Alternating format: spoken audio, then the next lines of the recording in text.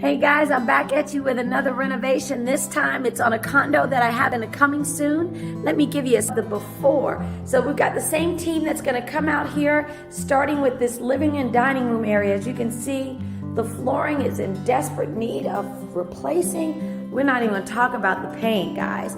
The kitchen certainly needs an update. Gonna redo the floors here as well. We've got original cabinets here. I mean, original, as you can see, super dated. All of this is going to be taken out, going to give it a new washer dryer stack, brand new stack washer dryer.